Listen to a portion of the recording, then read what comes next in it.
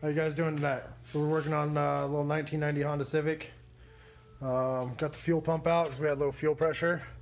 We ordered a walbro, genuine walbro, 255 liter per hour LPH fuel pump. We're gonna retrofit it into the 1990 Honda Civic hatchback fuel level sending unit. Pretty much all I've done so far is unbox the pump. You got some high pressure fuel hose, a couple clamps, looks like an adapter for the fuel pump strainer, so you can try to get back to this right level right here, so you can draw fuel up into your new fuel pump. Does come with instructions. A lot of people maybe should read them. It's kind of straightforward replacement. I'm gonna go ahead and set the phone up here and we'll get started. Disassembly and assembly, so we make sure we got it good.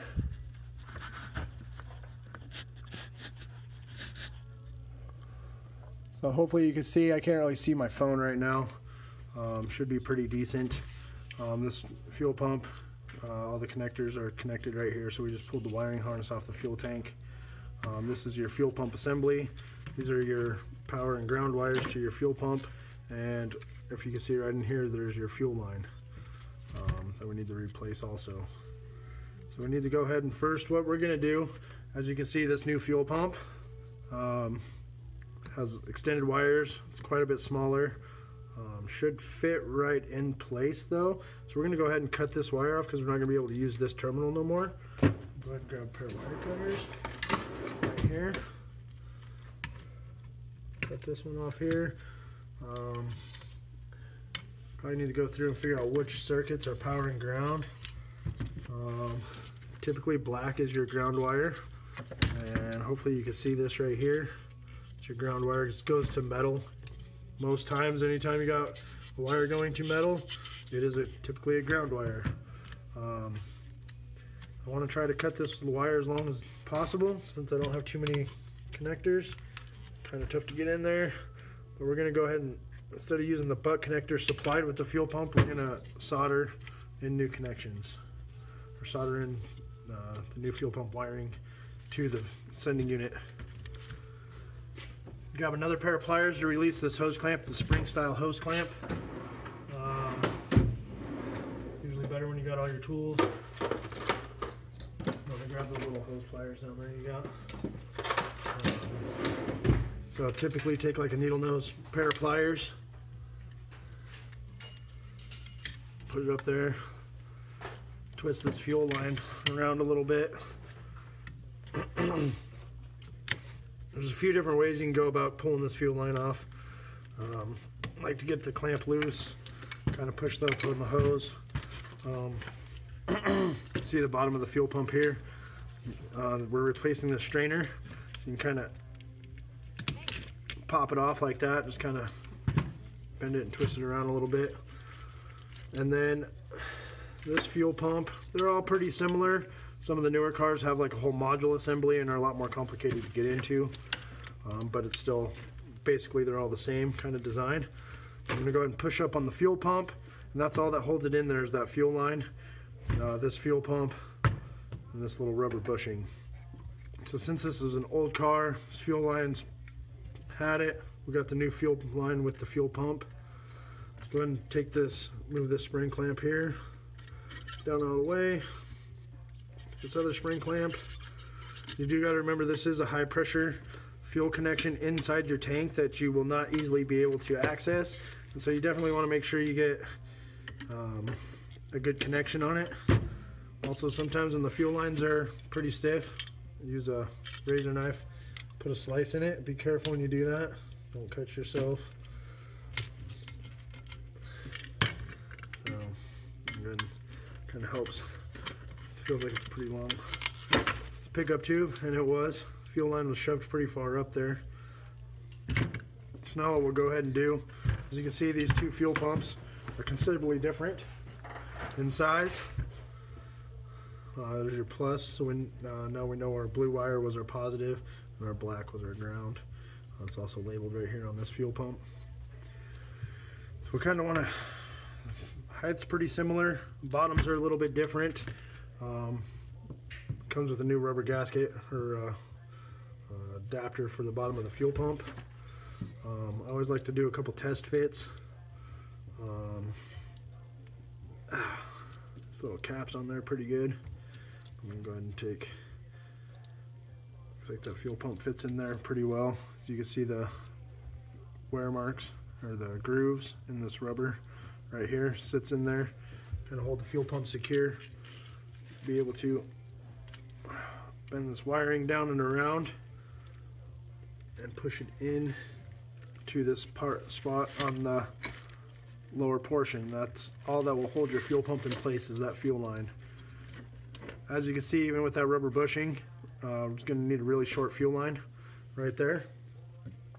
So there's this new piece of high pressure fuel line supplied with this fuel pump kit.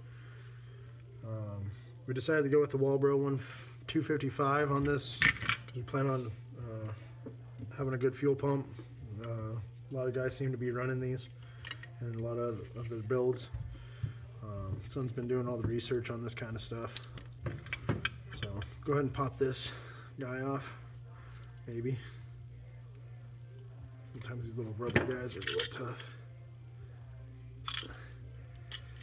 Be careful not to damage the fuel pump. That guy's on there.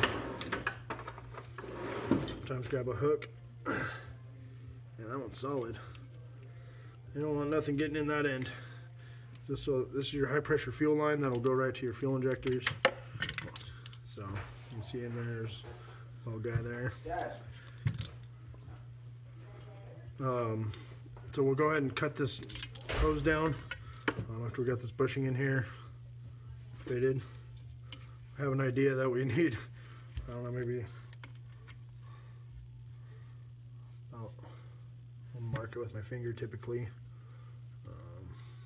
Probably go right about there. Cut this fuel line.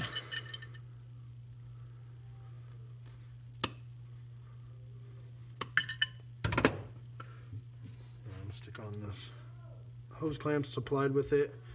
Sometimes they're got fuel injection hose clamps, but this should work just fine. Sometimes like a little silicone spray will also help your fuel lines squeeze on tight. Hopefully you guys can see this. Hopefully I'm keeping it in range of the camera. I try to always position my hose clamps to where I could easily access them for future reference. Like right now, if I put this fuel pump in here, I'm working on this side of the fuel pump. I want to put this clamp on this side so I can get to it. Same with this one here. Go ahead and just take that fuel line, put it up there, right there. There's a little rubber bushing in here. Make sure all the grooves are locked in and slide it in to the fuel pump. Make sure everything's kind of nice and easy. Push the fuel pump down tight. That way it's locked in there pretty good. I also like to try and, I just pry it on the hose to push down on the hose so the fuel pump will lock in tighter in this, because this is your cushion for the fuel pump. We'll go back over to this side. Install our hose clamps.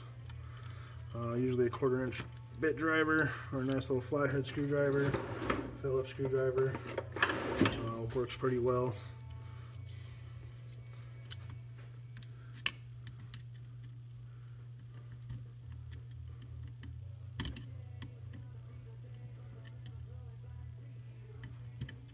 Let me go grab a different tool here.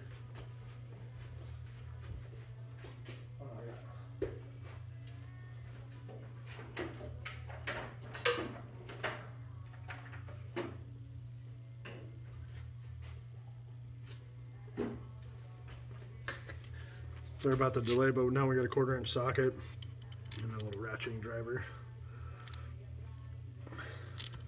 Oh, that's a lot easier now. Tools definitely do make the job a little easier anytime you're working on a vehicle or any project.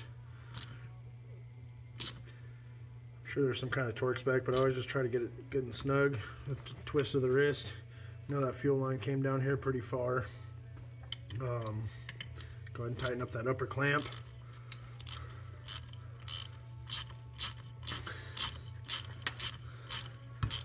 Lock that down.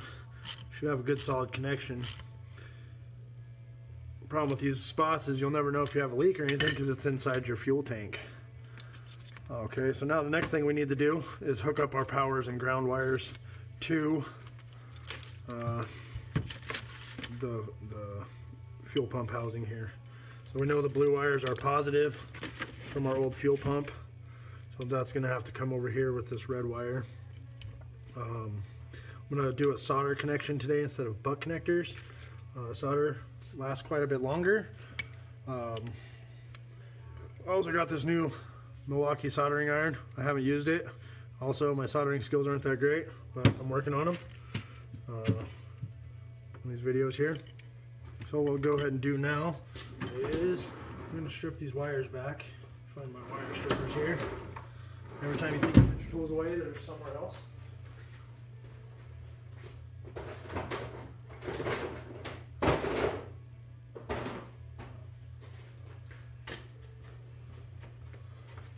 We'll also get out our heat shrink. A couple different soldering irons. I'm gonna go ahead and try this new. I got this. Also got this snap-on butane one. It's not too bad. For a while of using it, the light it don't ignite properly. So I got this fine electrical rosin core solder from Napa Auto Parts, so I can make these connections. Got this tip on here. It's a pretty cool little tool. It tells you when it's green, it's warming up. Also gonna have to go ahead and cut some shrink wrap. Try to use the smallest pieces possible. Just got a little piece from, I got the little kit right here, Storehouse. I think it's from Harbor Freight or something. Stuff seems to work pretty well. And cut it in half on one side of the wire here.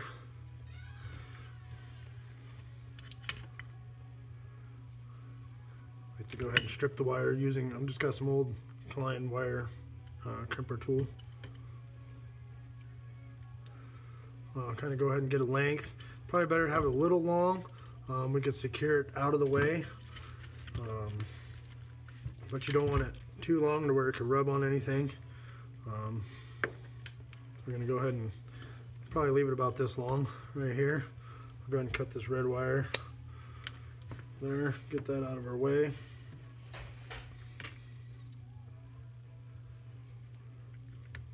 Gonna strip the wire off there. I also have, hopefully you guys can see, hopefully, yeah, it looks like it's pretty good. These are wire holders for soldering here.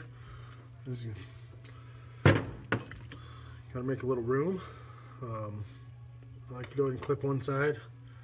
Make sure your shrink wrap's on there. Kind of spread the wires out a little bit. I've just been pushing them together. Just kind of twist them around each other. I don't know if you can see that connection too well. But as you can see, just try to get them as close as you can. Go ahead and, your soldering iron should be pretty hot. Get some of these tools out of the way. Let's see how hot it is. So you can tin. Oh yeah, solder melts right onto the tip of that. Go ahead and hold the soldering iron on the wire. Kind of feed solder in there. See how the solder just kind of melts in there. Oh yeah, that soldering iron works pretty good. First time I've ever used it. For some reason I always tend to get kinds of stuff going on here. I like to put a lot of solder on it just to make sure you get a good connection. If you ever do, anytime you do a solder connection, as long as it's always better than a butt connector, especially for longevity. That easy. So there's our nice clean, pretty clean soldered connection. Got a loose wire there, a little lumpy. Always give your wire a little tug, make sure don't pull apart. Let it cool down for a second, and then go ahead and push your shrink wrap over. Typically I just use a lighter to melt my shrink wrap, or a torch, kind of whatever tool I have handy around the shop. Today I'm working at home, in the garage tonight.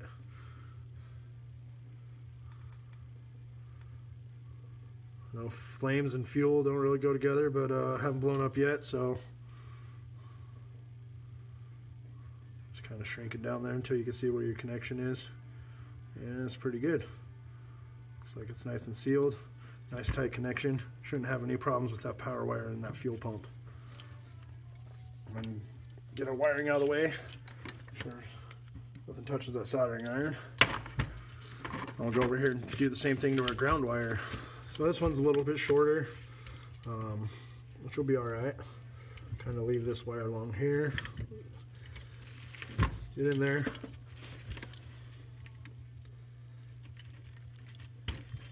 Strip it down. Kind of keep this one a little long, maybe. Kind of come up with a decent routing path for it. That way, if we have to go back in there, we got enough wire to work with again. But hopefully, with these solder connections, we shouldn't have to. We don't want to forget to add our shrink wrap before we solder the connection. Otherwise, you have to cut the wire back off, or use a. I've seen they have some like self-sealing adhesive tape. They also have some liquid electrical tape. But being that this isn't a fuel system, it's going to be around fuel. Probably don't want to use those kind of chemicals in there. So we'll go ahead and kind of. Okay, sorry about that. The phone died, video got cut off. We're going to edit it, try to make one video here. So what we got right now is we got the ground wire twisted together. We're going to go ahead and solder it. Same as we did that power wire, using the soldering iron. Go ahead and tin the soldering iron tip. Hold the tip of the soldering iron on the wire. Melt the solder in there. Like to go around both sides here. Try to pull the solder down through the other side and around the whole connection. Hopefully my head's not in the way. Sorry about the bald spot. Yeah. There we go.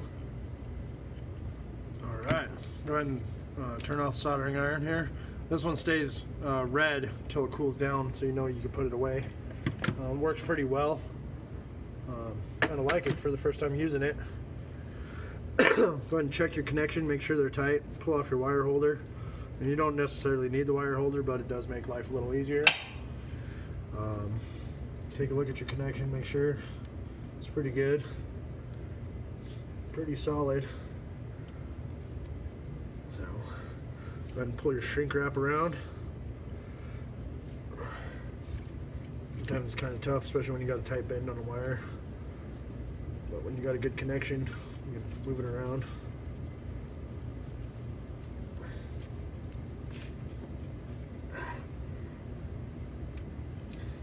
That one's a little big, isn't it? Sometimes you got to work over it. But there we go. Push this shrink wrap up, shit over that terminal and everything. If I just had some solder terminals here at the house, I'd probably use those. There's our ground wire connection. I'd find my lighter here, resolder, or melt this shrink wrap here, just using a lighter.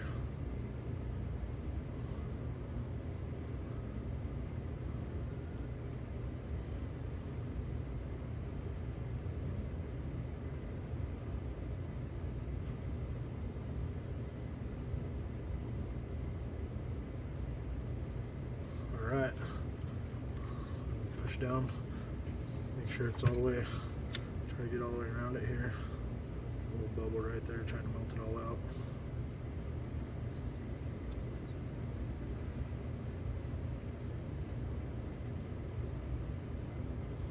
That should be pretty good. So there's the electrical connections of our Walbro fuel pump install on our Honda. Wires should be down out of the way pretty much. So we have one more thing left to do, is the fuel pump sock and filter. They call them socks, filters, and that kind of stuff. Take that cap off, try to keep it on there and make sure you don't get no dirt and stuff in there. This particular one does have an adapter.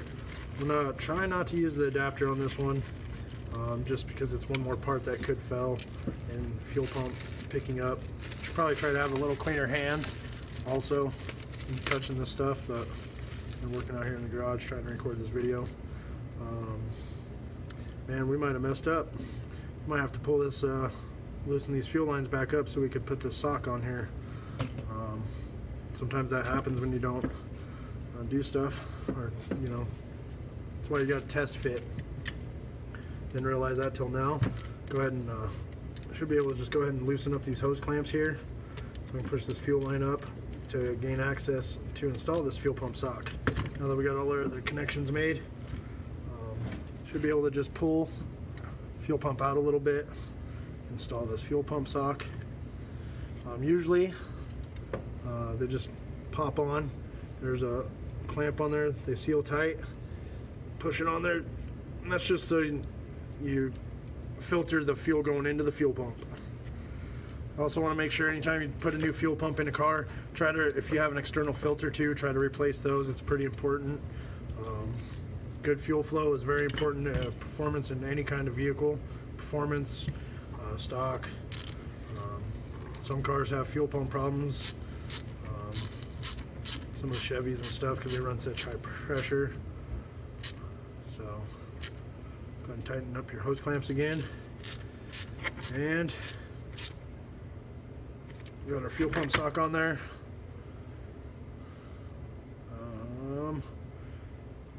Might have to take a look at this. By looking at this and the way the fuel pump mounts in the tank, if you look at this, this would be the top of the tank, so that would mean the bottom of the tank's down here. Kind of means our fuel pump sock's in the wrong way. So we probably are going to have to run this adapter. By looking at this adapter, it will turn the fuel pump sock around. So unfortunately, I'm going to have to loosen this clamp again, and hopefully we can get the sock off here without damaging it. Get a little hook in here. There we go. Sometimes you don't know what you need until you get it all together and look at it. That's where test fitment comes in. But now we got this adapter on here. Go ahead and put all this back in. Make sure you're in all your rubber grommets, and then push your fuel pump down tight again, kind of like we did last time with the pliers. Push it down tight in there, and we should be good to go. So now when we put the sock on, there we go. So now see how the fuel pump sock is equal with the top of the going the same direction. So when the fuel pump's sitting in the tank, it will pick up fuel from the bottom of the tank. Go ahead and tighten up your hose clamps. Right here again for the third time, I think.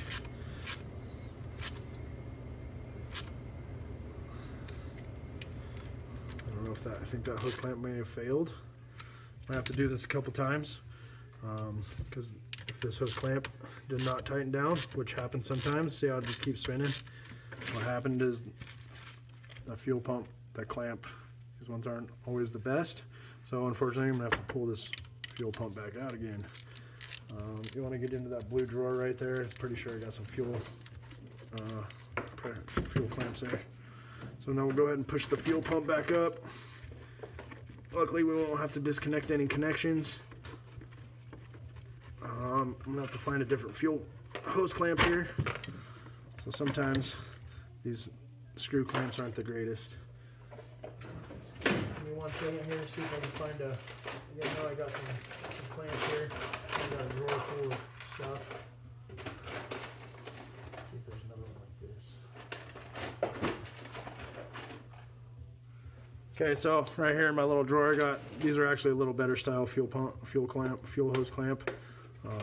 These ones work a little better, and since we already had a failure with these ones, we'll go ahead and change out both of these clamps, because we do not want problems in this area of the fuel system. Fuel tanks are not always very easy to get out of cars. So we'll go ahead and install these new fuel hose clamps. These are actually fuel pressure regulated, or fuel pressure style hose clamps. So they clamp a little better, hold a little more pressure on the hose, and more of a screw and bolt type instead of a screw clamp. Tight that one pretty close, and obviously I got two different clamps, so two different heads here. It's okay if your fuel clamps or your clamps go in there pretty tight. Sometimes you might have to loosen them up and spread them around a little bit. And then go ahead and put your fuel pump back with your bushing here. Make sure everything's all lined back up. Make sure your hose clamps are lined up properly the way you can get to them. Sometimes it's a little tricky, even if you're pretty regular at this. Usually don't like to do it this many times, but it's a little different when you're trying to record. Push that fuel hose on there with that new clamp on there, and it's a little tight. A flathead screwdriver, got that right here. Loosen this top clamp up a little bit more. There we go, pushed it up in there. Once again, we've talked about it a couple times, make sure this bushing's in, seated in right. Now we got the fuel pump sock there. Hopefully you can see that it's pushed in there right. Push down on the fuel pump once again, lock it down into that, and go ahead and tighten up our hose clamps.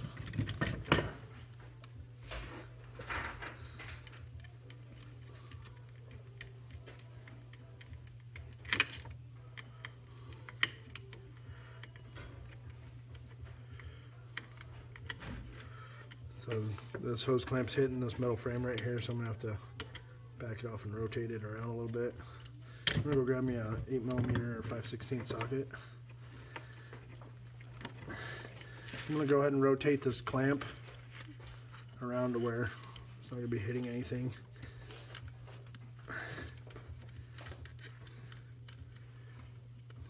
Kind of close to the wiring connections. I've got a different socket for this one, so it'll be a little easier than trying to use a flathead screwdriver. It's probably going to be a 7mm Zach. I'm going to get the right socket here.